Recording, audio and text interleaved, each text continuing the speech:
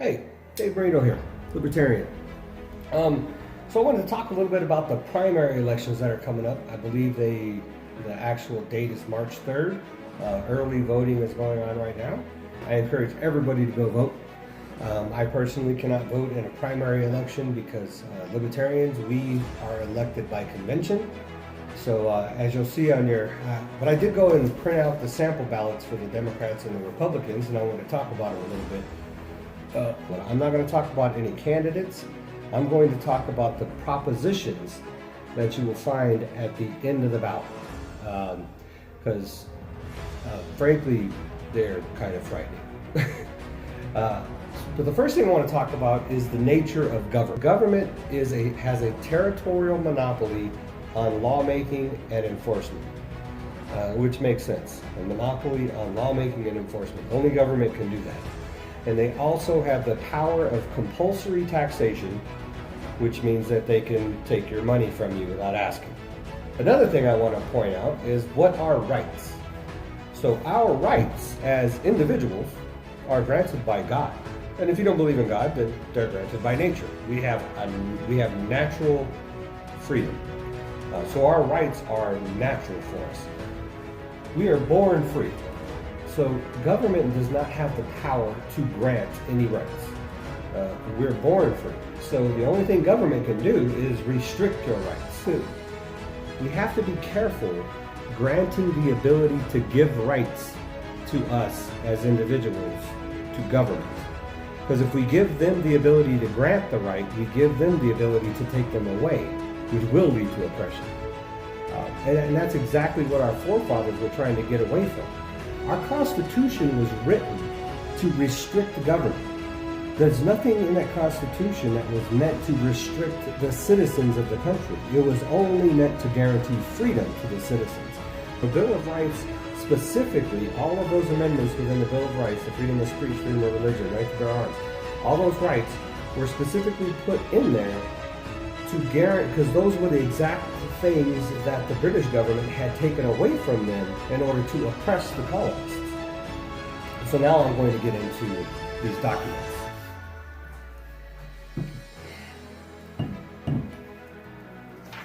Okay, I just picked up this one first, so we'll start with this one here. This is the Republican Party primary one. Proposition number 1. I'm going to try to go through these pretty quick. Just raise your hand if you'd like me to slow down. Texas should not restrict or prohibit prayer in public schools.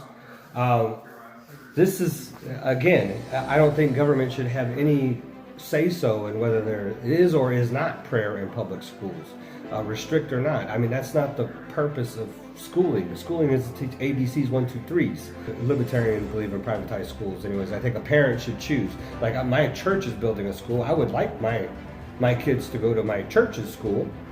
You know, and of course, I'm sure they're going to do a lot of praying in a church, in a school that's ran by a church.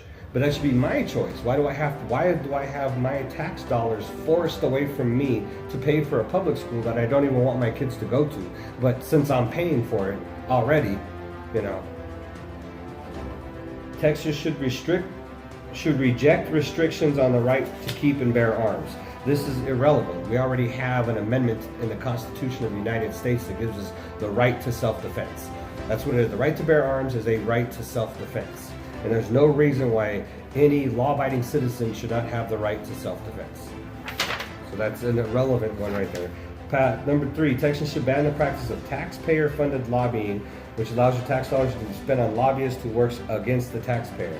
So that, no, yes, there should be a ban on the practice of taxpayer-funded fill in the blank, if you ask me. Taxpayers shouldn't be funding anything that taxpayer-funded primaries, because these primary elections are funded by you, the taxpayer, me, the taxpayer. I don't even vote Democrat or Republican, but I'm paying through my tax dollars for these primary elections. They're not paying for my Libertarian convention. I have to pay for that too.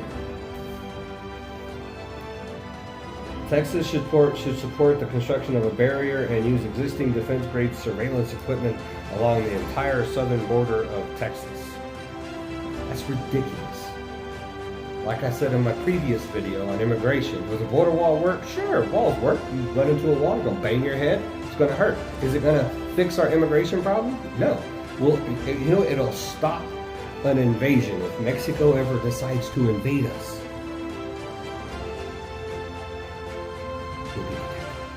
They'll have to go through the wall. But it's not going to serve the purpose that it's meant to. Okay, this one says parents should have the sole decision makers on their children's health care, including but not limited to psychological assessment, treatment, contraception, and sex education. They're trying to get into they're trying to get involved in parents not deciding what gender their kids are and all that stuff. And it's really funny because the next proposition, it says Texas should ban chemical castration, puberty blockers, cross-sex hormones, genital mutilation, all this stuff. So they're saying they should ban all of these medical treatments. But then on the very top of here it says parents and legal guardians of school children under the age of 18 should be the sole decision makers in children's health care. So if the parents are the sole decision makers, then why are we trying to ban the practices of other medical stuff here? No. Government should have no say-so in what parents decide to do with their kids unless it comes down to neglect, abuse, or abandonment. Texas should protect, preserve historical monuments, artifacts, and buildings such as the Alamo. Beloved Alamo should oppose any re-imaging of the Alamo site. These things shouldn't be taxpayer funded anyway. So if you privatized it and gave it to a conservation agency and had them taking donations, that these things would be preserved beautifully. If you look at any privatized historical site around the world, they're way better taken care of than anything that our government tries to take care of now. Texas elected officials should heed the directives of the Office of the Ballot, purge illegal voters from the voter rolls, and verify each state registered voter is a U.S. citizen.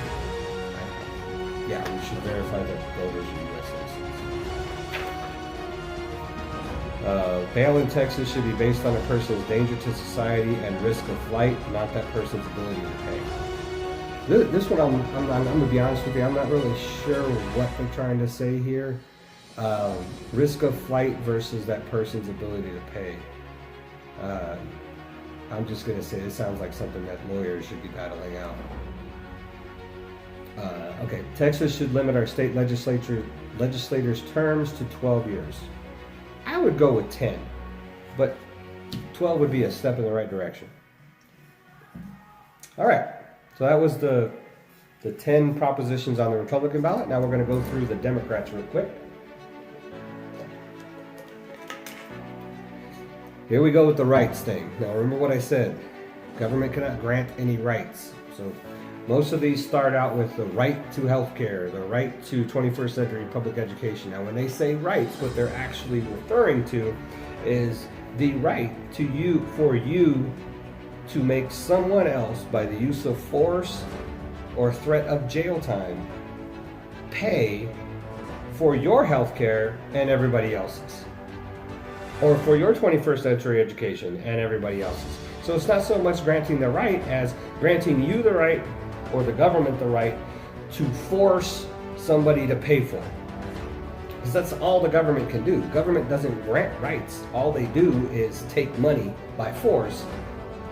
So the first one is right to health care. Should everyone in Texas, and they make it sound so compassionate and so, right to health care. Should everyone in Texas have the right to quality health care protected by a universally accessible Medicare-style system that saves rural hospitals, reduces the cost of prescription drugs, and guarantees access to reproductive health care? Everybody has the right to work for this. You do not have the right to force me to pay for yours. You don't have the right to force anybody, by threat of violence or jail time, to take more of my hard-earned money to pay for somebody else to get this. Where's the incentive to work? The incentive to be successful, to prosper? If all that's going to be done is to take it away and spread it around to everybody else. If you want an example of how inefficient and incompetent the government is at managing healthcare. Just look at the VA system. 5 months just for a friend of mine to get his medical packet received by the VA, he's retiring soon. It's ridiculous, and we want to expand this system to all of society. The fact is that government is corrupt. It's inefficient. It's ineffective at managing anything. A free market healthcare system that's ran by profit would be the most beneficial to it would reduce costs across the board. It would give access to the most amount of people, and the ones that, so everybody, but then the poor are going to get left behind. The charity can pick up the rest. And if you think that's so absurd that people don't care, then just look at how many churches are out there. And churches are ran on charity. Look at how many, look at St. Jude Hospital. It's ran on charity. There is many people, very rich people and even poor people, that are willing to give in order to support others. So the next one, I got to get through these. The right to 21st century public education. Should everyone in Texas have the right to high quality public education from pre-K to 12? I think we have the right to choose where we send our kids to school, and we choose with our dollars. So I think you need to quit taking 45% of my outrageous El Paso property taxes and putting them into a school district that has proven to be corrupt and inefficient already, and allow me to choose where I send my kids. 3, right to clean air, safe water, and reasonable climate policy. Should everyone, this is the right for them to further regulate businesses almost to the point of non-existence in the name of clean air and regulation. If you think government is the right people to manage our environment, again, the most inefficient, corrupt, and incapable organization is not who you want trying to fix the environment. The right to economic security. Should everyone in Texas have the right to economic security where all workers have earned paid family leave and sick leave, training to prepare for future economies, and a living wage that respects their hard work? This is so misdirecting. It's crazy. So yes, that would be terrific. But nowhere in here does it say you're going to be guaranteed a job. So do you have a right to a job? You know what I mean? Because what's going to happen if you force employers, especially small businesses, to try to they're talking about raising the minimum wage, forcing employers to give paid family leave. Small businesses can't do this, but they word it so well. They word it so well. But you have to think outside the box when you're reading these things. The right to dignity and respect. Should everyone in Texas have the right to a life of dignity and respect, free from discrimination and harassment, anywhere, including businesses and public facilities, no matter how they identify their skin color, disability status? This is about individual rights and individual liberty. A person can run their business any way that they see fit. And it's kind of silly in this day and age where we're more accepting and more compassionate than we've ever been, that we would even need to talk about something like this. It's just government further trying to get control over things that they have no business in. If a business is discriminating against somebody based off of color of their skin, whom they love, socioeconomic status, disability status, housing status, or for where they came from, if a business is discriminating, they're going to get Yelp reviews, Google reviews, and everything else that would take care of that for them. We do not need government regulating businesses in that way. Like I said, it's just giving more power and growing government even more. Number 6, right to be free from violence. Should everyone in Texas have the right to live a life free from violence, gun violence, racial hatred, terrorism, domestic violence, bullying, harassment, or sexual assault, so Texans can grow in a safe environment? I don't understand this one either. The right to be free from violence. Violence is already against the law. I mean, if somebody commits violence against you, they get arrested and they go to jail. What this is only telling me, and I know what they're trying to insinuate here, I'm not playing stupid, but all this is telling me is they're saying that you don't have a right to defend yourself against such violence, that you need to depend on the police. This one really scares me. The right to housing. Should everyone in Texas have the right to affordable and accessible housing and modern utilities, electric, water, gas, high-speed internet, free from any form of discrimination? I don't. If a company is discriminating against somebody, high-speed, and say, a cable company or something says, we don't serve these type of people, then, like I said, Yelp and Google and stuff like that. Those review things. I mean, who buys anything that's less than 4 stars? Come on now. Nobody does. So I don't know what they're trying to say here. If they're trying to say that the government should grant this right to housing, if so, then absolutely not. You have the right, just like everybody else, to work hard, earn your money, keep your money. The only person that's going to take it from you is the government, and build your own house or buy your own house. You have the right to vote. Should every eligible Texan have the right to vote? Every eligible Texan have made easier by automatic voter registration, the option to vote by mail. I don't know what exactly they're trying to say here.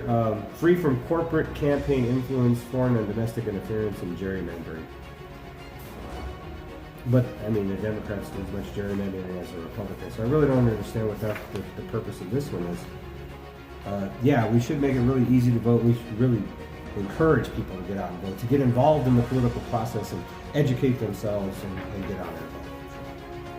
Right to a fair criminal justice system. Should everyone in Texas have the right to a fair criminal justice? Treats people equally, uses proven methods de-escalating situations instead of excessive force, and puts them into mass and disappropriate incarceration of people of color for minor offenses. Speaking of police violence on minorities and stuff like that. There's a lot of topics there to go deep in. Okay, number 10. Immigration rights. Should there be a just and fair, comprehensive immigration reform solution that includes an earned path to citizenship for law-abiding immigrants and their children, keep families together, protects dreamers, and provides workforce solutions for businesses? That's beautiful. But yeah, why haven't they done it yet? I mean, the Democrats were in office forever. The Republicans have been in office forever. They've been talking about immigration since I was a child. Why haven't they fixed it yet? Because if they fix it, then they ain't got nothing to talk about it. Last but not least, the right to fair taxation. The right to fair theft. The right to be stolen from fairly. All right, let's get into this. Should Texas establish equitable taxation for people at all income levels and for businesses and corporations large and small, so our state government can fund our educational, social infrastructure, businesses, and all government services to improve programs necessary for all Texans to thrive? If you just let me have my money, I could probably thrive pretty well on my own. And I think most people should probably feel that way too. Government is not the answer. They've already proven over the past 50 years that they're the most ineffective, incompetent people. I mean, our government is a laughingstock right now. It's like watching a reality TV show. But we want to get these people involved in our healthcare and everything else. So these are your primary ballots that you'll be looking at on March 3rd if you head out there. I want to give you another way of looking at these things, how they're twisting the words and trying to make everything sound so beautiful, and they're trying to patronize you and make you think that we can make everything all better if we just give it to the government. And to be honest, it's just not. It hasn't worked yet. Almost everything that the government gets involved in. If you want to see one of the best examples of how horrible the government bureaucracy is and how incapable and incompetent they are, just look at the VA system. I'm a retired military, 100% disabled veteran. I use the VA, and I'm telling you, it's not the people in the VA. They're great people working in the VA, but the bureaucracy, because it's government ran and government funded, is dysfunctional. So please go out and vote. Go out and vote. Tell your friends to vote. Get involved in the political system. And thank you very much. Libertarian Day. Have a great day.